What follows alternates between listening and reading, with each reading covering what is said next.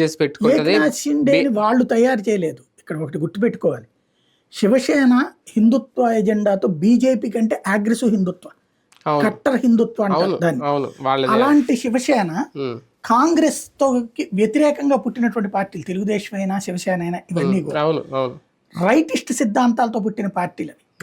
ఆ రైటిస్ట్ సిద్ధాంతంతో పుట్టినటువంటి ఇక్కడేమో ఇదిలేమో ముస్లిం అపీజ్మెంట్ పాలిటిక్స్ వైపుకు పోతున్నారు టీడీపీ.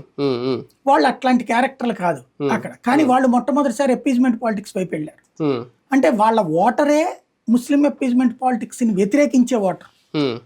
వాళ్ళందరూ రేపు పొద్దున గెలవాలి కదా, ఓడిపోయే పరిస్థితి వస్తే ఏంటి ప్రయోజనం? కాంగ్రెస్ అయిపోతే శివసేన రేపు పొద్దున వాళ్ళ బతుకులు బస్ స్టాండ్ అయిపోయి. కాబట్టి షిండే యువతలకు వచ్చాడు. బీజేపీ పట్టురాలి అతన్ని. అతనికి ఆ ఏరియాలో ఉండే ప్రతి ఒక్కడికో భయం ఉంటది. ఏంద్ర మనం ఏమో హిందుత్వలో ఉన్న బీజేపీని వదిలేసి అందులో బీజేపీతో కలిసి పొత్తులో గెలిచారు. పొత్తులో గెలిచిన వాళ్ళు పొత్తుకు మోసం చేసి అవతల కాంగ్రెస్ తో సాగుతా ఉంటే కాంగ్రెస్ రోజు వెన్నుపోటు పొడుస్తుంది. అలాంటప్పుడు అందులో చివరికి ఉద్ధవ్ థాకరే చేతనే చివరికి అదేది తీవ్రవాది సమాధిని సందర్శింపజేశారు. అలాంటి దరిద్రాన్ని గురించి ఇక్కడ మెయిన్ పాయింట్ అనమాట. కానీ సరైన సమయంలో సరైన సపోర్ట్ అయితే ఇచ్చేసారు షిండేకి బీజేపీ, ఆయన సీఎం అయిపోయాడు.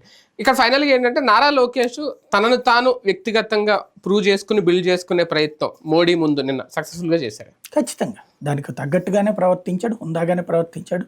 మోడీ కూడా పక్కకు పిలిచి మాట్లాడాడు కదా, పక్కన దగ్గరికి పిలిచి పక్కన కూర్చోబెట్టుకుని మాట్లాడి ఆశీర్వదించినట్టు ఒక రకంగా భవిష్యత్తు నాయకుడు టీడీపీకి అంతే.